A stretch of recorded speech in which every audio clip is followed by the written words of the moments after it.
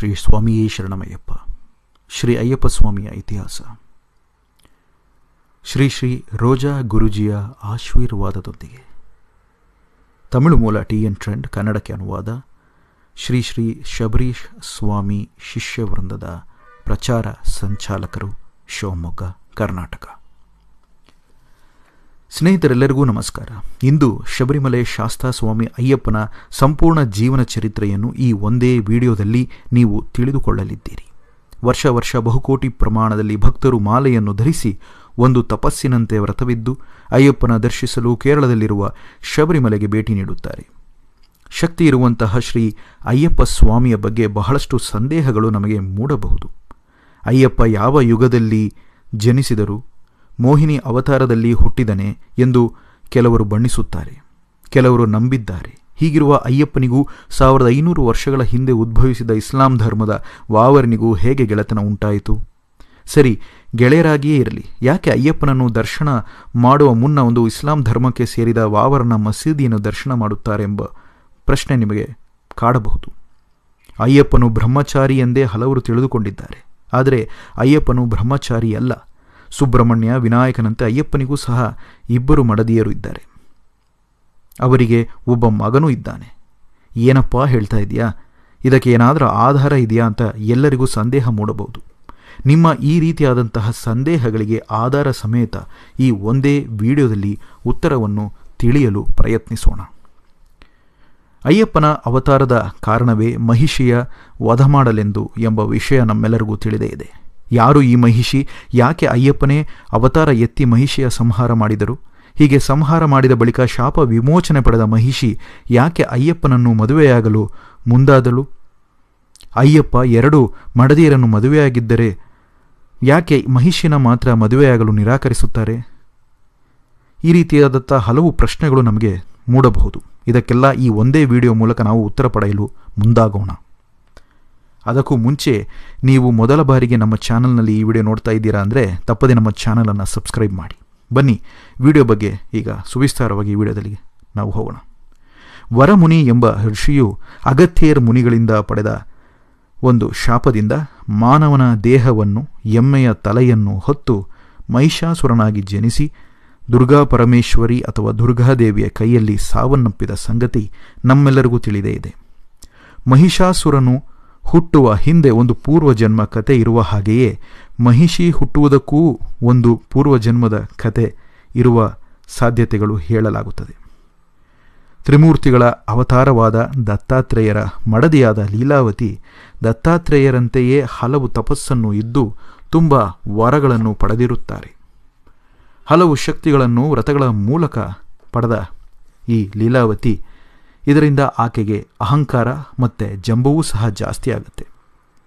ಒಮ್ಮೆ ತಮ್ಮ ಗಂಡನಾದ ದತ್ತಾತ್ರೇಯರನ್ನೇ ಹಲವು ಜಪಗಳ ಫಲವಾಗಿ ನಮ್ಮಿಬ್ಬರಿಗೂ ಸಿಕ್ಕ ಶಕ್ತಿಯಲ್ಲಿ ಯಾರು ಶ್ರೇಷ್ಠರೆಂಬ ಪ್ರಶ್ನೆ ಕೇಳುತ್ತಾರೆ.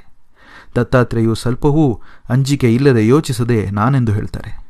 ನಿಮ್ಮಂತೆಯೇ ಸಮನಾದ ಶಕ್ತಿ ಹೊಂದಿದ ನನ್ನನ್ನು ನೀವು ಕಡೆಗಣಿಸುತ್ತಿದ್ದೀರಲ್ಲ, ಕಡಿಮೆ ಶಕ್ತಿ ಹೊಂದಿರುವವಳು ಅಂತ ಹೇಳ್ತಾ ಇದ್ದೀರಿ. ನೀವು ಮಹರ್ಷಿ ಅಲ್ಲ, ಮಹಿಷಿ ಎಂದು ಹೇಳಿ ಬೈಯುತ್ತಾಳೆ.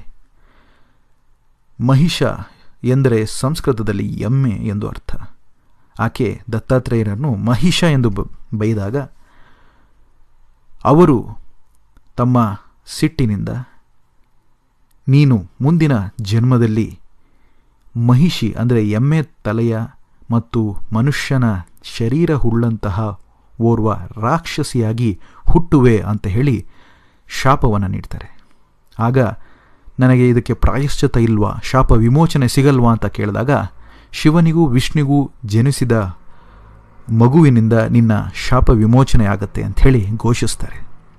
ಮುಂದಿನ ಜನ್ಮದಲ್ಲಿ ರಂಭನ್ ಎಂಬ ರಾಕ್ಷಸ ತನಗೆ ಶಕ್ತಿಶಾಲಿಯಾದ ಮಗು ಬೇಕೆಂದು ಅಗ್ನಿದೇವನ ಎದುರು ಜಪಿಸಿ ಮಹಿಷಾಸುರನನ್ನು ಮತ್ತು ಮಹಿಷಿಯನ್ನು ಒಂದು ಎಮ್ಮೆಗೆ ಜನಿಸುವಂತೆ ಮಾಡಿ ಬೇಡಿಕೆ ಇಡ್ತಾನೆ. ತುಂಬ ಶಕ್ತಿ ಹೊಂದಿದ ಮಹಿಷಾಸುರನು ಮಹಿಷಿಯೂ ಸಹ ಬ್ರಹ್ಮದೇವರ ನೆನೆದು ಕಟುವಾದ ತಪಸ್ಸು ಮಾಡಿ ಅನೇಕ ವರಗಳನ್ನು ಪಡೆದುಕೊಳ್ತಾರೆ. ಮಹಿಷಾಸುರರನ್ನು ದೇವರುಗಳು ಸೇರಿ ಕೊಂದ ಕಾರಣ ಮಹಿಷಿಯು ಬ್ರಹ್ಮದೇವರಿಂದ ವ್ಯತ್ಯಾಸವಾದಂತಹ 3 ವರಗಳನ್ನು ಪಡೆಯುತ್ತಾಳೆ. ಅದರಲ್ಲಿ 1ನೇ ವರ ಸುತ್ತಲಿರುವ 14 ಲೋಕದಲ್ಲಿ ನಾನೇ ಆಳ್ವಿಕೆ ಮಾಡುವುದು. 2. ನಾನು ಪ್ರತಿ ಬಾರಿ ಸೋತು ನೆಲದ ಅಂದರೆ ಭೂಮಿಯ ಮೇಲೆ ಬಿದ್ದಾಗ ಮತ್ತೆ ಮತ್ತೆ ಹಲವು ಬಾರಿ ಅವತರಿಸಿ ಶಕ್ತಿಶಾಲಿಯಾಗಿ ಬೆಳೆಯಬೇಕು. ಹಾಗೂ 3ನೇದು, ಶಿವನಿಗೂ ವಿಷ್ಣುವಿಗೂ ಹುಟ್ಟಿದ ಮಗುವಾದವನಿಂದಲೇ ನನ್ನ ಮರಣ ಬೇಕು. 12 ವರ್ಷ ಪೂರ್ತಿಯಾಗಿರಬೇಕು ಅಂತ ವರವನ್ನು ಪಡೆದುಕೊಳ್ತಾಳೆ ಮಹಿಷಿ. ದೇವತೆಗಳು ರಾಕ್ಷಸರು ಕಡೆದ ಕ್ಷೀರಸಾಗರದಿಂದ ಹೊರಬಂದ ಅಮೃತದಿಂದ ಮೂಡಿದ ಜಗಳವನ್ನು ಬಗೆಹರಿಸಲು ವಿಷ್ಣು ಭಗವಾನ್ ಮೋಹಿನಿ ಅವತಾರ ಹೊತ್ತು ಆ ಸಮಯದಲ್ಲಿ ಶಿವನಿಗೂ ಮೋಹಿನಿಗೂ ಮೋಹದಿಂದ ಮೂಡಿದ ಮಗುವೇ ಅಯ್ಯಪ್ಪ. ಅಯ್ಯಪ್ಪನ ಜನನದ ಮೂಲವೇ ಮಹಿಷಿಯನ್ನು ವಧಿಸುವುದೇ ಆಗಿದೆ. ಹಾಗೆಯೇ ತೀವ್ರವಾದ ಶಿವಭಕ್ತರಾದ ಪಂದಳ ಮಹಾರಾಜ ಶೇಖರರ ಮಕ್ಕಳಿಲ್ಲದ ಒಂದು ಕಾರಣ ತುಂಬ ಚಿಂತೆಯಿಂದ ಅವರು ಶಿವನ ಬಳಿ ತನ್ನ ಬೇಡಿಕೆಯನ್ನು ಇಟ್ಟು ಪ್ರಾರ್ಥಿಸಿಕೊಳ್ತಾರೆ. 2 ವಿಷಯವನ್ನು ನೆರವೇರಿಸಲೆಂದೇ ಅಯ್ಯಪ್ಪನನ್ನು ಪಂಪಾ ನದಿಯ ದಡದಲ್ಲಿ ಪಂದಳ ಮಹಾರಾಜರಿಗೆ ಸಿಗುವ ಹಾಗೆ ವ್ಯವಸ್ಥೆಯನ್ನು ಮಾಡಲಾಗುತ್ತದೆ. ಪಂದಳ ರಾಜ ಬೇಟೆಯಾಡಲೆಂದು ಕಾಡಿಗೆ ಹೋಗಿದ್ದಾಗ ಒಂದು ಮಗುವಿನ ಅಳುವಿನ ಶಬ್ದ ಕೇಳಿಸುತ್ತೆ. ಒಂದು ಮರದ ಕೆಳಗೆ ಗಂಟೆಯನ್ನು ಕಟ್ಟಿದ ಮಗುವಿನ ಮುಖವು ಪ್ರಕಾಶಮಯವಾಗಿ ಕಾಣಿಸುತ್ತದೆ. ರಾಜನ ಗಮನವೂ ಸಹ ಸಂಪೂರ್ಣವಾಗಿ ಆ ಮಗುವಿನತ್ತ ಹೋಗುತ್ತೆ. ಯಾರೂ ಇಲ್ಲದ ಈ ನಿರ್ಜನ ಕಾಡಿನಲ್ಲಿ ಹೀಗೆ ದೈವಿಕವಾಗಿ ಕಾಣುವ ಈ ಮಗುವನ್ನು ಆ ಶಿವನೇ ತನಗೆ ವರವಾಗಿ ನೀಡಿರುವುದಾಗಿ ನಂಬಿ ತನ್ನ ಹೆಂಡತಿಗೆ ಆ ಮಗುವನ್ನು ಕೊಡುತ್ತಾರೆ. ಕುತ್ತಿಗೆಯಲ್ಲಿ ಗಂಟೆ ಇರುವುದರಿಂದ ಆ ಗಂಟೆಗೆ ಮಣಿ ಎಂದು ಕರೆಯುತ್ತಾರೆ ತಮಿಳಿನಲ್ಲಿ. ಹಾಗೆ ಕಂಠದಲ್ಲಿರುವಂತಹ ಈ ಮಣಿಯನ್ನು ಹೊತ್ತಂಥ ಮಗುವಿಗೆ ಮಣಿಕಂಠ ಎಂಬ ನಾಮಕರಣವನ್ನು ಇಟ್ಟು ಹೆಸರನ್ನು ಇಡುತ್ತಾರೆ. ತಮ್ಮ ಸ್ವಂತ ಮಗುವಿನಂತೆ ಪ್ರೀತಿ ಮಮತೆಯಿಂದ ಈ ಮಗುವನ್ನು ಬೆಳೆಸುತ್ತಾರೆ. ಸ್ವಲ್ಪ ವರ್ಷದ ಬಳಿಕ ರಾಣಿಗೆ ಗರ್ಭವಾಗಿ ಅವರಿಗೆ ಒಂದು ಮಗು ಜನಿಸುತ್ತದೆ. ಮಣಿಕಂಠ ಬಂದ ಕ್ಷಣದಿಂದ ನಮಗೆಲ್ಲ ಒಳ್ಳೆಯದೇ ಆಗಿದೆ ಅಂತ ಹೇಳಿ ಮಣಿಕಂಠ ತಮ್ಮ ಹಿರಿಯ ಮಗನಾಗಿಯೇ ಬೆಳೆಸುತ್ತಾರೆ. ಗುರುಕುಲಕ್ಕೆ ಕಳುಹಿಸಿ ಮಣಿಕಂಠನನ್ನು ಎಲ್ಲ ರೀತಿಯ ವಿದ್ಯೆಯಲ್ಲಿ ಪರಿಣಿತಿ ಹೊಂದಲು ಅವರು ಅವಕಾಶಗಳನ್ನು ಕಲ್ಪಿಸಿಕೊಡ್ತಾರೆ. ಶಿಕ್ಷಣ ನೀಡಿದ ಗುರುವಿಗೆ ವಂದನೆಯನ್ನು ಅರ್ಪಿಸಲು ಮಣಿಕಂಠ ತಮ್ಮ ಗುರುಗಳ ಮಗನಿಗೆ ಮಾತಾಡಲು ಅಂದರೆ ಬಾಯಿ ಬರದವನಿಗೆ ಮಾತು ಬರುವಂತೆ ಮಾಡಿ ತಮ್ಮ ಗುರುದಕ್ಷಿಣೆಯನ್ನು ನೀಡ್ತಾರೆ. ಬಳಿಕ ರಾಜನಿಗೆ ತನಗೆ ವಯಸ್ಸಾಯಿತು ಅಂತ ಗೊತ್ತಾಗಿ ತಕ್ಷಣ ರಾಜ್ಯದ ರಾಜಕುಮಾರನಾಗಿ ಇರುವ ಮಣಿಕಂಠನಿಗೆ ಒಂದು ರಾಜ್ಯವನ್ನು ನಿರ್ವಹಿಸುವಂತಹ ಮತ್ತು ರಾಜನಾಗಿ ಪಟ್ಟಾಭಿಷೇಕ ಮಾಡುವಂತಹ ತೀರ್ಮಾನವನ್ನು ಕೈಗೊಳ್ಳುತ್ತಾರೆ. ಇದನ್ನು ಗಮನಿಸಿದ ದುಷ್ಟ ಮಂತ್ರಿ ರಾಜನ ಬಳಿಕ ತನಗೆ ಈ ರಾಜ್ಯಭಾರ ಸಿಗಲಿದೆ ಎಂದು ನಂಬಿ ಮೋಸ ಹೋದೆ ಅಂತ ಗುಣೋಕ್ತ, ಇಷ್ಟು ವರ್ಷವಿದ್ದ ನಿಷ್ಠಾವಂತ ಮಂತ್ರಿಯಾದ ನನಗೆ ಈ ಅವಕಾಶ ಸಿಗದೆ ಎಲ್ಲಿಂದನೋ ಬಂದ ಈ ಒಂದು ಮಗು, ಈ ಒಂದು ಹುಡುಗನಿಗೆ ಪಟ್ಟಾಭಿಷೇಕ ಮಾಡಲು ರಾಜ ಮುಂದಾಗಿರುವುದನ್ನು ಗಮನಿಸಿ ಹೇಗಾದರೂ ಮಣಿಕಂಠನನ್ನು ಮುಗಿಸಬೇಕು ಎಂದು ಹಲವು ಷಡ್ಯಂತ್ರಗಳನ್ನು ರೂಪಿಸಲು ಮುಂದಾಗುತ್ತಾನೆ. ರಾಣಿಯ ಮನಸ್ಸಿನಲ್ಲಿಯೂ ಸ್ವಲ್ಪ ಸ್ವಲ್ಪವಾಗಿ ನಂಜನ್ನ ಈ ಮಂತ್ರಿ ತನ್ನ ಹಿತ ಸಾಧಿಸಲಿಕ್ಕೆ ಬಿತ್ತುತ್ತಾ ಹೋಗ್ತಾನೆ. ನೀವು ಹೆತ್ತ ಮಗುವಿಗೆ ಅರಸನಾಗಿ ಅಲಂಕಾರ ಮಾಡಿ ನೋಡದೆ ಯಾರೋ ಹೆತ್ತ ಮಗನಿಗೆ ನಿಮ್ಮ ಯಜಮಾನರು ಕಿರೀಟವನ್ನಿಟ್ಟು ವಿಜೃಂಭಿಸಲು ಯೋಚಿಸುತ್ತಿದ್ದಾರೆ. ನನ್ನಿಂದ ಈ ವಿಷಯವನ್ನು ಅರಗಿಸಿಕೊಳ್ಳಲು ಆಗ್ತಾ ಇಲ್ಲ ಅಂತ ಹೇಳಿ ರಾಣಿಯ ಮನಸ್ಸನ್ನು ಬದಲಿಸಲು ಮುಂದಾಗುತ್ತಾನೆ ಆ ಮಂತ್ರಿ. ರಾಣಿಯು ಮಂತ್ರಿ ಹೇಳುವಂತಹ ಮಾತನ್ನು ಕೇಳಿ ಸರಿ ಇದೆ ಅಂತ ತಿಳಿದುಕೊಂಡು ಆತಳು ಸಹ ಅವನ ಒಂದು ಷಡ್ಯಂತ್ರಕ್ಕೆ ಬಲಿಯಾಗುತ್ತಾಳೆ. ತನಗೆ ತೀರದ ಹೊಟ್ಟೆ ನೋವಿದೆ ಅಂತ ನೆಪವೊಡ್ಡಿ ಇದಕ್ಕೆ ತಕ್ಕ ಪರಿಹಾರವನ್ನು ಹುಲಿಹಾಲಿನಿಂದ ಸಿಗುತ್ತದೆ ಅಂತ ಹೇಳಿ ಅರಮನೆಯ ವೈದ್ಯರ ಮೂಲಕ ರಾಜನಿಗೆ ಸುಳ್ಳು ಹೇಳಿಸುತ್ತಾಳೆ. ಪ್ರೀತಿಯ ಮಣಿಕಂಠ ತನ್ನ ತಾಯಿಗಾಗಿ ಹುಲಿ ಹಾಲು ತಂದರೆ ಸರಿಯಾಗುತ್ತದೆ ಅಂತ ನಂಬಿ ನಾನು ಈಗಲೇ ಕಾಡಿಗೆ ತೆರಳಿ ತೆಗೆದುಕೊಂಡು ಬರ್ತೇನೆ ಅಂತ ಹೇಳಿ ಹೊರಡುತ್ತಾರೆ. ಪಂದಳ ಮಹಾರಾಜ ಎಷ್ಟು ಕೋರಿಕೆ ಇಟ್ಟರೂ ಸಹ ಮಣಿಕಂಠ ರಾಜನ ಮಾತನ್ನು ಕೇಳುವುದೇ ಇಲ್ಲ.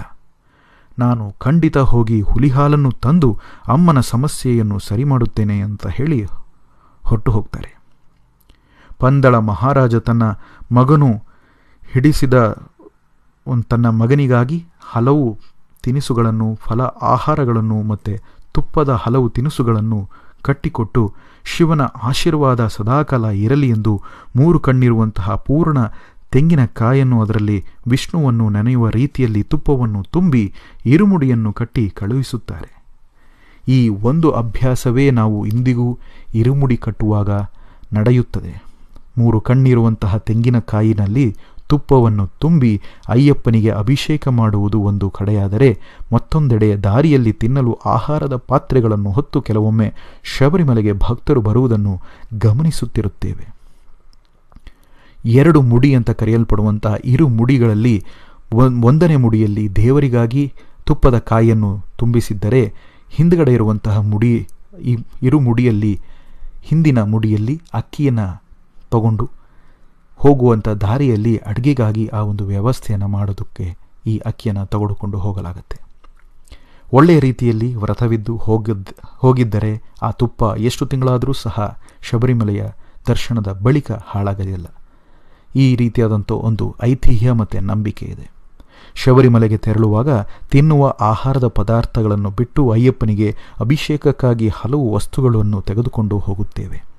ಅಯ್ಯಪ್ಪನನ್ನು ಕಾಡಿಗೆ ಬರೀ ಹುಲಿಹಾಲನ್ನು ತರಲು ಮಾತ್ರ ಹೋಗಿರಲಿಲ್ಲ.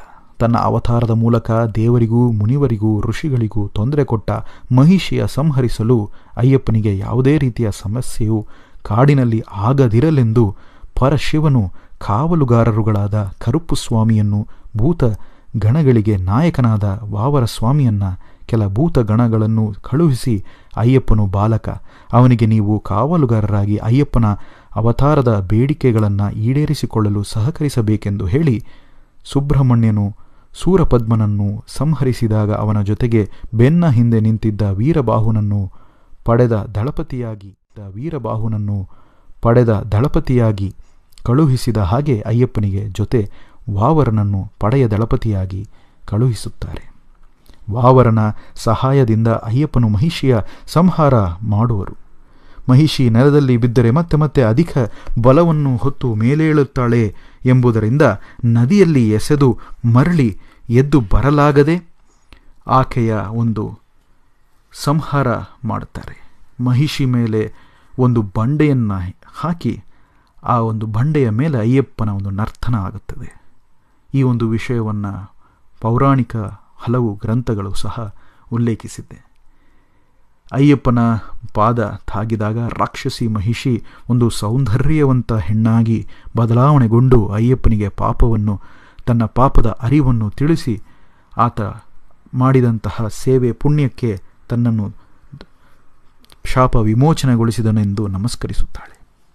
ತನ್ನ ಪೂರ್ವ ಜನ್ಮದ ಕಥೆಯನ್ನು, ತನ್ನ ಶಾಪವನ್ನು ಹೇಳಿ ನಿಮ್ಮಿಂದಲೇ ತನ್ನ ಶಾಪ ವಿಮೋಚನೆ ಆಯಿತು ಎಂದು ಹೇಳಿ, ನನ್ನ ಕಾಪಾಡಿದ ನೀವೇ ಪುಣ್ಯಕ್ಕೆ ತನ್ನನ್ನು ಶಾಪ ವಿಮೋಚನೆಗೊಳಿಸಿದನೆಂದು ನಮಸ್ಕರಿಸುತ್ತಾಳೆ.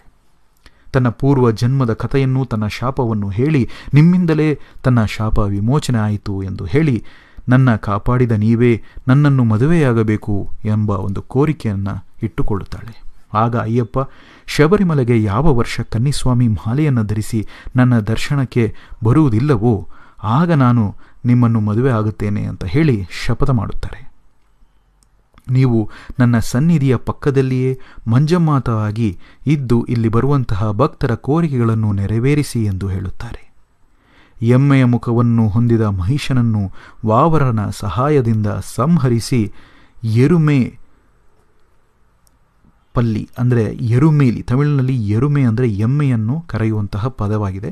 ಈ ಎರುಮೆ ಪಲ್ಲಿಯಲ್ಲಿ, ಈಗಿನ ಎರುಮೇಲಿಯಲ್ಲಿ ವಾವರನನ್ನು ಇಲ್ಲಿಯೇ ಇರಲು ಹೇಳಿ ತನ್ನನ್ನು ನೋಡಲು ಬರುವ ಭಕ್ತರನ್ನು ಯಾವ ಸಮಸ್ಯೆಯೂ ಆಗದಂತೆ ನೋಡಿಕೊಂಡು ಕಾವಲಿರಲು ಹೇಳುತ್ತಾರೆ ಅಯ್ಯಪ್ಪ. ವಾವರನು ಮಾಡಿದ ಸಹಾಯದಿಂದ ಬರುವ ಕಾಲದಲ್ಲಿ ಒಂದು ದೇವಸ್ಥಾನವನ್ನು ಕಟ್ಟಿ ನನ್ನ ಭಕ್ತರು ನಿನ್ನ ದರ್ಶನ ಮಾಡಿ ಬಳಿಕವೇ ನನ್ನನ್ನು ದರ್ಶಿಸಬೇಕು ಎಂದು ಹೇಳುತ್ತಾರೆ. ಮಹಿಷಿಯ ಯುದ್ಧದಲ್ಲಿ ಗೆದ್ದು ಬಂದ ಸಂತೋಷದಲ್ಲಿ ವಾವರನು ಹಾಗೂ ಆತನ ಸಹಚರರು ವೇಷವನ್ನು ಧರಿಸಿ ನೃತ್ಯವನ್ನು ಮಾಡಿ ಕೊಂಡಾಡುತ್ತಾರೆ. ಆ ಒಂದು ಸನ್ನಿವೇಶವನ್ನೇ ಇಂದಿಗೂ ನಾವು ಪೇಟೆ ತುಳ್ಳಲ್ ಎಂದು ಕರೆಯುತ್ತೇವೆ. ಈಗಲೂ ಇದರ ಆಚರಣೆ ನಡೆಯುತ್ತಲೇ ಬಂದಿದೆ. ಎಷ್ಟು ಸುಸ್ತಾಗಿದ್ದರೂ ಸಹ ಈ ಜಾಗಕ್ಕೆ ಬಂದ ನಂತರ ಎಲ್ಲಿಂದ ಆ ಉತ್ಸಾಹ ಬರುತ್ತೋ, ಶಕ್ತಿ ಬರುತ್ತೋ, ಎಲ್ಲರೂ ಹೇಳುತ್ತಿರುವುದನ್ನು ನಿಜವೆಂದು ನಂಬುತ್ತಾರೆ. ಆ ಜಾಗದಲ್ಲಿ ವಾವರನು ಅನ್ನೋನು ಒಬ್ಬ ಕಾವಲು ದೇವರು, ಕಾವಲು ಇದ್ದ ನಿಜವಾದ ಹೆಸರಿನ ವಾವರನನ್ನು ಬಾಬರೆಂದು ಬದಲಿಸಿದ್ದಾರೆ ಎನ್ನುವಂಥ ವಿಚಾರವನ್ನು ಸಹ ಮನಗಾಣದೆ ಆ ಜಾಗದಲ್ಲಿ ಬಂದು ಯಾವುದೋ ಒಂದು ರೀತಿಯಾದಂತಹ ಜಾಗಕ್ಕೆ ಗೌರವ ಇದೆ ಅನ್ನೋ ಒಂದು ಮನವರಿಕೆ ಮಾಡಿಕೊಂಡು ಕೆಲ ಹಿಂದೂ ಸ್ನೇಹಿತರು ಅಯ್ಯಪ್ಪನು ಇಸ್ಲಾಮಿನ ವಾವರ್ನು ಸ್ನೇಹಿತರಾಗಿದ್ದಾರಾ ಇಲ್ವಾ, ಹಾಗಿರಲು ಸಾಧ್ಯವಿಲ್ಲ ಎಂದು ಹೇಳುತ್ತಾ ಆ ಮಸೀದಿಗೆ ಹೋಗದೆಯೇ ತುಂಬ ಜನ ನೇರವಾಗಿ ಅಯ್ಯಪ್ಪನನ್ನು ಮಾತ್ರ ದರ್ಶನ ಮಾಡಿ ಬರ್ತಾರೆ. ಹಾಗೆ ಮಾಡಬೇಡಿ, ಯಾಕೆಂದರೆ ಕಾವಲು ದೇವರುಗಳ ವರಗಳು ಬಹು ಮುಖ್ಯ. ಅದರಲ್ಲೂ ಕರುಪ್ಪು ಸ್ವಾಮಿಯ ಆಶೀರ್ವಾದದಿಂದ ಒಳ್ಳೆಯ ರೀತಿ ಅಯ್ಯಪ್ಪನ ದರ್ಶನವನ್ನು ಮಾಡಿ ಬರುತ್ತಿದ್ದೇವೆ. ಅಯ್ಯಪ್ಪನನ್ನು ಮಹಿಷಿ ವಧ ಮಾಡಿ ಹುಲಿಯನ್ನು ಹುಡುಕಿಕೊಂಡು ಬರುತ್ತಾರೆ. ಅಯ್ಯಪ್ಪನನ್ನು ಕಂಡು ತನ್ನ ಬೆನ್ನ ಮೇಲೆ ಕೂರಲು ಹೇಳಿ 100ಕ್ಕೂ ಹೆಚ್ಚು ಹುಲಿಗಳ ಪಡೆಯನ್ನು ಹೊತ್ತು ಪಂದಳ ರಾಜ್ಯಕ್ಕೆ ಹಿಂದಿರುಗುತ್ತಾರೆ. ಅಯ್ಯಪ್ಪನಿದನ್ನು ಕಂಡು ನಿಬ್ಬೆರಗಾಗಿ ತಾವುಗಳು ಮಾಡಿದ ತಪ್ಪು ಏನಿದೆ ಎಂಬುದನ್ನು ಅಲ್ಲಿನ ಮಂತ್ರಿಯು ನೋಡಿ ಅಯ್ಯಪ್ಪನ ತಾಯಿ ಕ್ಷಮೆಯನ್ನು ಕೋರುತ್ತಾಳೆ. ಅಯ್ಯಪ್ಪನನ್ನು ತನ್ನ ಅವತಾರದ ಕಾರಣವನ್ನು ಹೇಳಿ ಮೊದಲು ಎರುಮೇಲಿಗೆ ವಾವರನ ಹೆಸರಿನಲ್ಲಿ ಒಂದು ಗುಡಿ ದೇವಸ್ಥಾನವನ್ನು ಕಟ್ಟಿರಿ ಎಂದು ಹೇಳಿ, ಬಳಿಕ ನಾನು ಬಿಡುವ ಬಾಣ ಎಲ್ಲಿಗೆ ಹೋಗಿ ಬಿಡುತ್ತೋ ಅಲ್ಲಿ ನನಗೊಂದು ದೇವಸ್ಥಾನ ಕಟ್ಟಿ, ಪಕ್ಕದಲ್ಲಿಯೇ ಮಂಜಮಾತನ ಗುಡಿಯನ್ನೂ ಕಟ್ಟಿ, ಈ ಗುಡಿಗೆ ನನ್ನ ದರ್ಶಿಸಲು ಬರುವ ಪುರುಷರು ಒಂದು ಮಂಡಲ ವ್ರತವನ್ನು ಆಚರಿಸಿ ಅವರು ಕೇಳಿದ ವರಗಳನ್ನು ನಾನು ಕೊಡುತ್ತೇನೆ ಎಂದು ಹೇಳುತ್ತಾರೆ. ಪುರುಷರು ಒಂದು ಮಂಡಲ ವ್ರತವನ್ನು ಆಚರಿಸಲೇಬೇಕು ಕಡ್ಡಾಯವಾಗಿ. ಅಯ್ಯಪ್ಪನು ಶಬರಿಮಲೆಯಲ್ಲಿ 12 ವರ್ಷ ಪೂರ್ಣಗೊಂಡ ಹುಡುಗನಾಗಿಯೂ ಬ್ರಹ್ಮಚರ್ಯದ ಒಂದು ವ್ರತವನ್ನು ಹೊತ್ತು ಇರುವವರಂತೆ ದರ್ಶನ ನೀಡುತ್ತಾರೆ. ಇದೇನಪ್ಪ, ಅಯ್ಯಪ್ಪ ಬ್ರಹ್ಮಚಾರಿಯೇ ಅಲ್ಲ, ಅವನಿಗೆ 2 ಹೆಂಡತಿಯರಿದ್ದಾರೆ, ಮಡದಿಯರಿದ್ದಾರೆ ಎಂದು ಹೇಳಿ ಈಗ ನೀವು ಅಯ್ಯಪ್ಪ ಬ್ರಹ್ಮಚಾರಿ ಅಂತ ಹೇಳ್ತೀರಲ್ಲ ಅಂತ ಕೇಳಬಹುದು. ಮುರುಗನನ್ನು ಅಂದರೆ ಸುಬ್ರಹ್ಮಣ್ಯನನ್ನು ಉತ್ತರ ಭಾರತದಲ್ಲಿ ಬ್ರಹ್ಮಚಾರಿ ಕಾರ್ತಿಕೇಯ ಎಂದು ನಮೂದಿಸುತ್ತಾರೆ. ನಮ್ಮ ದಕ್ಷಿಣ ಭಾರತದಲ್ಲಿ ಸುಬ್ರಹ್ಮಣ್ಯನಿಗೆ ಅಂದರೆ ಮುರುಗನಿಗೆ 2 ಹೆಂಡತಿಯರು ಇದ್ದಾರೆ ಎಂದು ಹೇಳಲಾಗುತ್ತದೆ. ಅದೇ ಸ್ವಲ್ಪ ವಿಭಿನ್ನವಾಗಿ ಗಣಪತಿ ಬ್ರಹ್ಮಚಾರಿ ಎಂದು ದಕ್ಷಿಣ ಭಾರತದವರು ಹೇಳಿದ್ರೆ, ಉತ್ತರ ಭಾರತದಲ್ಲಿ ಗಣಪತಿಗೆ ಸಿದ್ಧಿ ಬುದ್ಧಿ ಎಂದು 2 ಹೆಂಡತಿಗಳಿದ್ದಾರೆ ಎಂದು ನಂಬುತ್ತಾರೆ. ಆದರೆ ಅಯ್ಯಪ್ಪನಿಗೆ ಉತ್ತರ ದಕ್ಷಿಣ ಭಾರತದ ಸಮಸ್ಯೆ ಇಲ್ಲ. ಒಂದೇ ರಾಜ್ಯದಲ್ಲಿ ಅವರನ್ನು ಬ್ರಹ್ಮಚಾರಿಯಾಗಿಯೂ 2 ಹೆಂಡತಿಗಳನ್ನು ಹೊಂದಿರುವವರು ಎಂದು ನಂಬಿ ಪೂಜಿಸುತ್ತಾರೆ. ಸುಬ್ರಹ್ಮಣ್ಯನ ಹೆಸರಿನ ತಮಿಳುನಾಡಿನ ಮುರುಗನಿಗೆ ಹೇಗೆ ಅಲ್ಲಿ 6 ತೀರ್ಥ ಸ್ಥಳಗಳು 6 ಪಡೈ ವೀಡು ಇದೆಯೋ ಅದೇ ರೀತಿಯಲ್ಲಿ ಅಯ್ಯಪ್ಪನಿಗೂ ಸಹ ಕೇರಳದಲ್ಲಿ 6 ತೀರ್ಥ ಸ್ಥಳಗಳು ಅಂದರೆ 6 ಪಡೈ ವೀಡುಗಳು ಇದೆ. ಇವುಗಳಲ್ಲಿ ಶಬರಿಮಲೆ ಮೊದಲ ಸ್ಥಳ. ಇಲ್ಲಿ ಅಯ್ಯಪ್ಪನು ಬ್ರಹ್ಮಚಾರಿಯಾಗಿ ದರ್ಶನವನ್ನು ನೀಡುತ್ತಾನೆ. ಆರ್ಯಂಗಾವು ಎಂಬ ಪ್ರದೇಶದಲ್ಲಿ ಆತ ಒಬ್ಬ ಹೆಂಡತಿಯೊಂದಿಗೆ, ಅಚ್ಚಂಗೋಯಿಲ್ ಎಂಬ ಸ್ಥಳದಲ್ಲಿ 2 ಹೆಂಡತಿಯರು ಇರುವಂತೆಯೂ ದರ್ಶನ ನೀಡುತ್ತಾರೆ ಅಯ್ಯಪ್ಪ. ಎಲ್ಲರಿಗೂ ಇನ್ನೊಂದು ಸಂದೇಹ ಕಾಡಬಹುದು. ಅದು ಹೇಗೆ ಮಹಿಷಿ ಆಸೆಪಟ್ಟಾಗ ಮಾತ್ರ ಮದುವೆ ಆಗಲು ಹಿಂಜರಿಕೆ ತೋರಿ ಬಳಿಕ ಇಬ್ಬರು ಹೆಣ್ಣನ್ನು ಅಯ್ಯಪ್ಪ ಮದುವೆಯಾದನು ಎಂದು. ಇದಕ್ಕೇನು ಕಾರಣವೆಂದರೆ, ಮಹಿಷಿ ಹಿಂದಿನ ಜನ್ಮದಲ್ಲೇ ದತ್ತಾತ್ರೇಯರ ಹೆಂಡತಿ ಲೀಲಾವತಿ. ದತ್ತಾತ್ರೇಯರು ಮುಮ್ಮೂರ್ತಿಗಳ ಅವತಾರದ ಹಾಗೆಯೇ ಲೀಲಾವತಿ ದುರ್ಗೆ, ಸರಸ್ವತಿ, ಲಕ್ಷ್ಮಿಯ 3 ದೇವತೆಗಳ ಅವತಾರವಾಗಿ ಜನಿಸಿದವರು. ಅಯ್ಯಪ್ಪನು ವಿಷ್ಣುವಿಗೆ ಶಿವನಿಗೆ ಜನಿಸಿದರಿಂದ ಲೀಲಾವತಿ ತನಗೆ ತಾಯಿಯ ಸ್ಥಾನವನ್ನು ಪಡೆದುಕೊಳ್ಳುತ್ತಾಳೆ. ಅಷ್ಟೇ ಅಲ್ಲದೆ ಒಂದು ಹೆಣ್ಣನ್ನು ರಕ್ಷಿಸಿದರಿಂದ ಅಯ್ಯಪ್ಪನು ಲೀಲಾವತಿಯ ಒಬ್ಬ ಮಗನಂತೆ ಆಗ್ತಾನೆ. ಅದಕ್ಕೆ ಲೀಲಾವತಿಯನ್ನು ಮಂಜಮ್ಮಾತ, ಮಾಳಿಗಾಪುರತಮ್ಮ ಎಂದು ಭಕ್ತರು ಕರೆದು ಆಶೀರ್ವಾದವನ್ನು ಪಡೆದುಕೊಳ್ಳುತ್ತಾರೆ. ಅಯ್ಯಪ್ಪನ 2ನೇ ಸ್ಥಳವಾದ ಅಚ್ಚಂಗೋಯಿಲ್ ತುಂಬ ಜನರಿಗೆ ಒಂದು ಸಂದೇಹವನ್ನು ಉಂಟು ಮಾಡುತ್ತದೆ. ನಮ್ಮ ಊರಿನಲ್ಲಿರುವ ಅಯ್ಯಪ್ಪನ ಗುಡಿಗಳಲ್ಲಿ ಮಹಿಳೆಯರನ್ನು ಅನುಮತಿ ನೀಡುತ್ತಾರೆ, ಯಾಕೆ ಕೇರಳದಲ್ಲಿ ಮಾತ್ರ ಅನುಮತಿಯನ್ನು ನಿರಾಕರಿಸಲಾಗಿದೆ ಎಂದು ಹಲವರು ಕೇಳ್ತಾರೆ.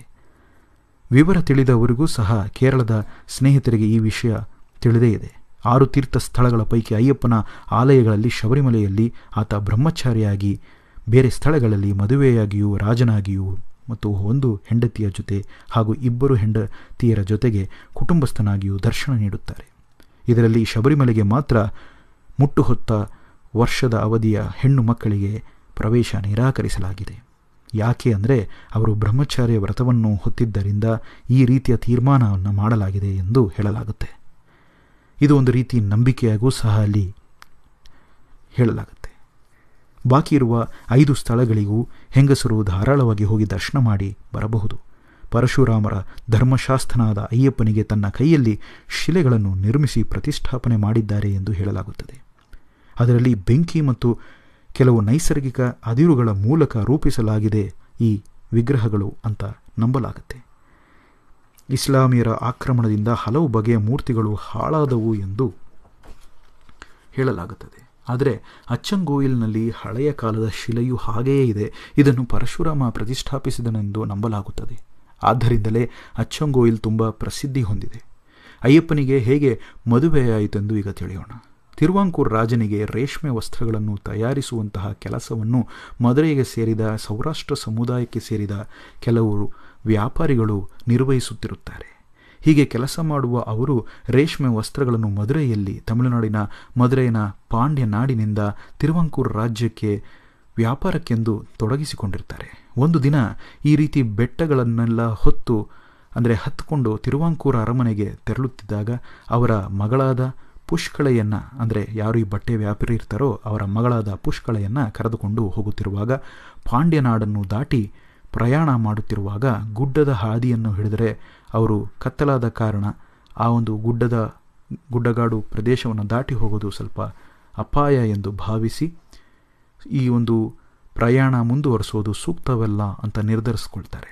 ಅಲ್ಲೇ ಪಕ್ಕದಲ್ಲಿರುವಂತಹ ಆರ್ಯಂಗಾವು ಧರ್ಮಶಾಸ್ತ್ರ ದೇವಾಲಯ ಪೂಜಾರಿಯ ಮನೆಯಲ್ಲಿ ತನ್ನ ಮಗಳನ್ನು, ಅಂದರೆ ಪುಷ್ಕಳೆಯನ್ನು ತಂಗಲು ವಿಹರಿಸಲು ಹೇಳಿ ಅವಳನ್ನು ಭದ್ರವಾಗಿ ಆ ಪೂಜಾರಿಗೆ ನೋಡಿಕೊಳ್ಳಿ, ನಾನು ಈ ರೇಷ್ಮೆ ವಸ್ತ್ರಗಳನ್ನು ರಾಜನಿಗೆ ನೀಡಿ ಬರ್ತೇನೆ ಅಂತ ಹೇಳಿ ಪುಷ್ಕಳೆಯ ತಂದೆ ತಮ್ಮ ಪ್ರಯಾಣವನ್ನು ಮುಂದುವರಿಸುತ್ತಾರೆ.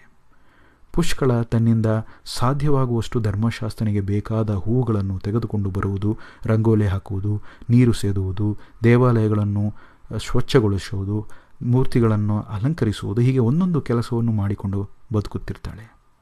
ಒಂದು ಘಟ್ಟದ ಬಳಿಕ ಸ್ವಾಮಿ ಅಯ್ಯಪ್ಪನಲ್ಲಿಯೇ ಐಕ್ಯವಾಗಿ ಬಿಡ್ತಾಳೆ. ಶಾಸ್ತನ ಮೇಲೆ ಪ್ರೇಮವೂ ಮೂಡುತ್ತದೆ.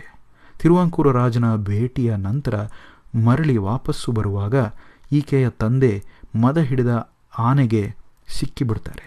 ಆ ವ್ಯಾಪಾರಿಯನ್ನು ಕಾಪಾಡಲು ಅಲ್ಲಿ ಬಂದ ಒಬ್ಬ ಯುವಕನು ಆನೆಯನ್ನು ಓಡಿಸಿ ವ್ಯಾಪಾರಿಯನ್ನು ಕಾಪಾಡ್ತಾನೆ.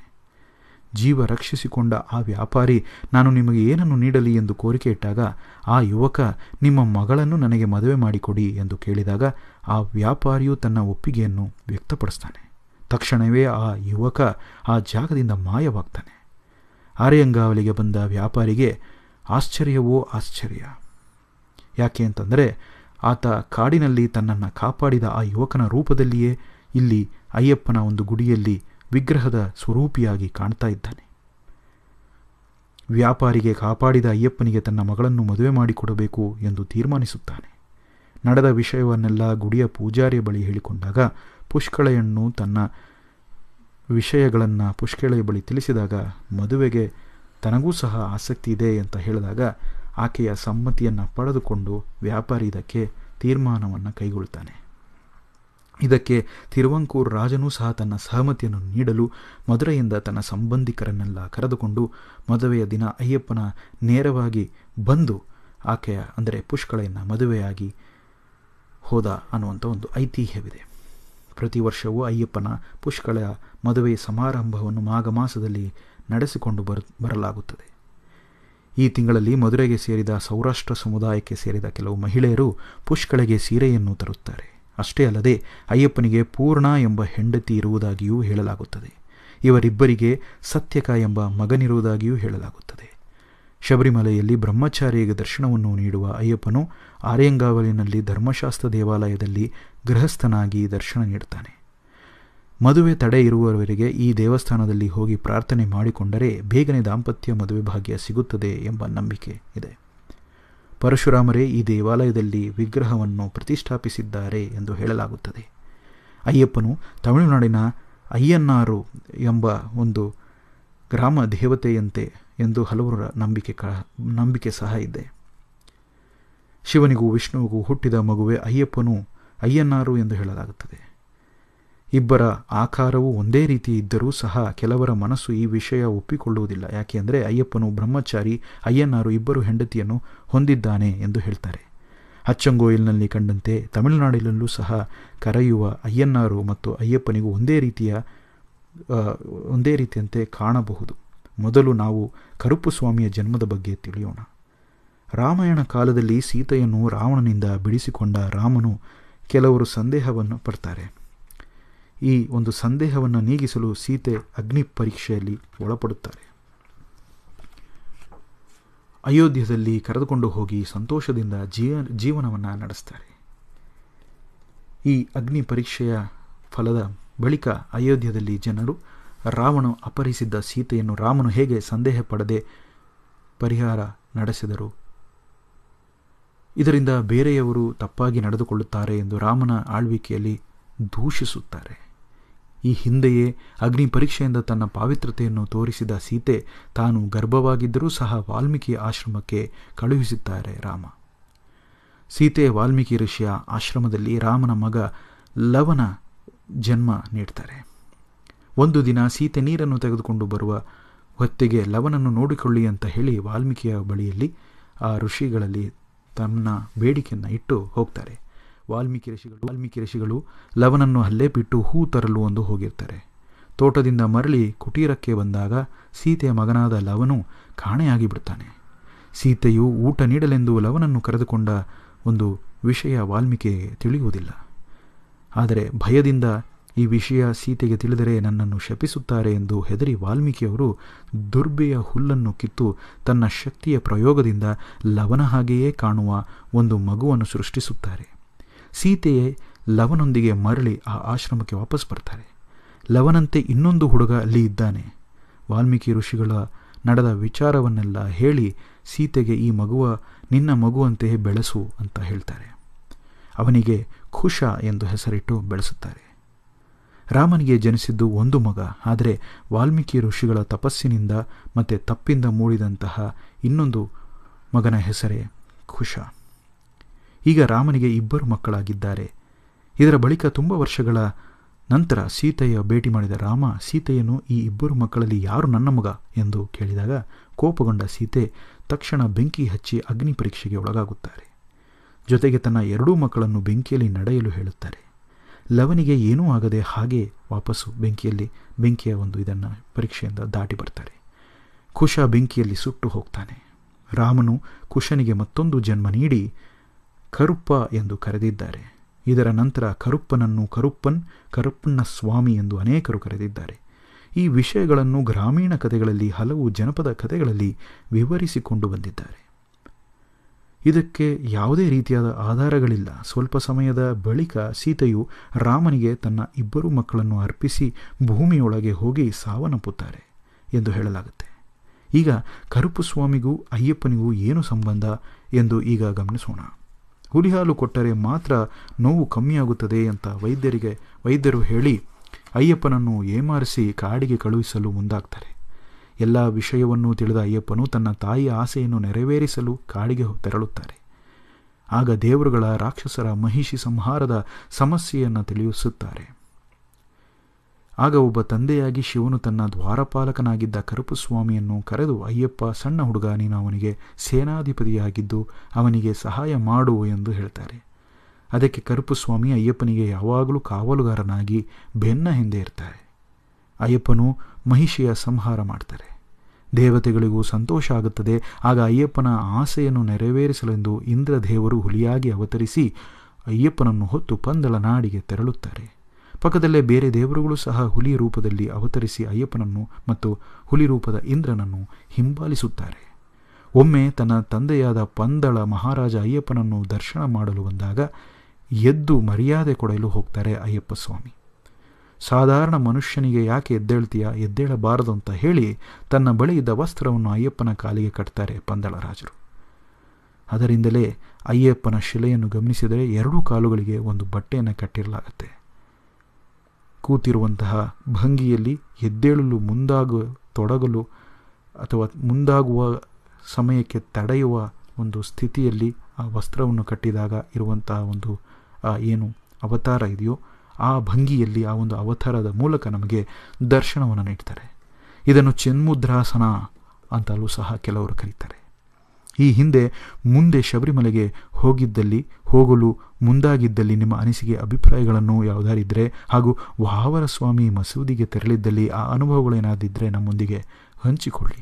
ಈ ಹಿಂದೆ ನೀವು ಮಾಡಿದ ಶಬರಿಮಲೆ ಯಾತ್ರೆಯ ಅನುಭವಗಳನ್ನು ಸಹ ಕಮೆಂಟ್ಗಳ ಮೂಲಕ ನಮಗೆ ತಿಳಿಸಿ ಅಂತ ಹೇಳ್ತಾ ಈ ಒಂದು ಮಾಹಿತಿಯ ಈ ಒಂದು ಸಂಚಿಕೆ ಕರ್ನಾಟಕದಲ್ಲಿ ಸುಮಾರು 55ಕ್ಕೂ ಹೆಚ್ಚಿನ ವರ್ಷಗಳ ಕಾಲ ಶಬರಿ ಯಾತ್ರೆಯನ್ನು ನಡೆಸಿದಂತಹ ಶ್ರೀ ಶ್ರೀ ರೋಜಾ ಗುರುಜಿ ರವರ ಆಶೀರ್ವಾದವನ್ನು ನಾವೀಗ ನೆನೆಸ್ಕೊಳ್ತಾ ಅವರನ್ನ ಸ್ಮರಿಸ್ತಾ, ಅದೇ ರೀತಿ ಕರ್ನಾಟಕದಲ್ಲಿ ಶಿವಮೊಗ್ಗದಲ್ಲಿ ಅವರ ಸೇವೆಯನ್ನ ನಾವು ಸ್ಮರಿಸ್ತಾ ಅವರ ಮುಂದಿನ ಒಂದು ಕುಡಿಯಾಗಿ ಬಂದಂತಹ ಶ್ರೀ ಶಬರೀಶ್ ಗುರುಸ್ವಾಮಿಗಳು ಸುಮಾರು 45 ವರ್ಷಕ್ಕೂ ಹೆಚ್ಚಿನ ಒಂದು ಶಬರಿ ಯಾತ್ರೆಯನ್ನ ಮಾಡಿದ್ದಾರೆ. ಅವರನ್ನ ಸಹ ಅವರ ಒಂದು ಮುಂದಾಳತ್ವದಲ್ಲಿ ಇನ್ನು ಮುಂಬರುವಂತಹ ಕಾಲಘಟ್ಟದಲ್ಲಿ ನಾವು ಅಯ್ಯಪ್ಪನ ಕುರಿತಾದಂತಹ ಮಾಹಿತಿಯನ್ನ ಹಂಚಿಕೊಳ್ಳಲಿದ್ದೇವೆ. ತಪ್ಪದೆ ಅವರ ಒಂದು ಈ ಸೇವೆಯನ್ನು ನಾವು ಸ್ಮರಿಸೋಣ ಅಂತ ಹೇಳ್ತಾ ಮುಂದಿನ ಸಂಚಿಕೆಯಲ್ಲಿ ಮತ್ತೆ ಭೇಟಿ ಮಾಡ್ತೀವಿ. ಧನ್ಯವಾದಗಳೊಂದಿಗೆ ನಿಮ್ಮ ನಾನು ಕಂಡಂತೆ ಯೂಟ್ಯೂಬ್ ಚಾನಲ್.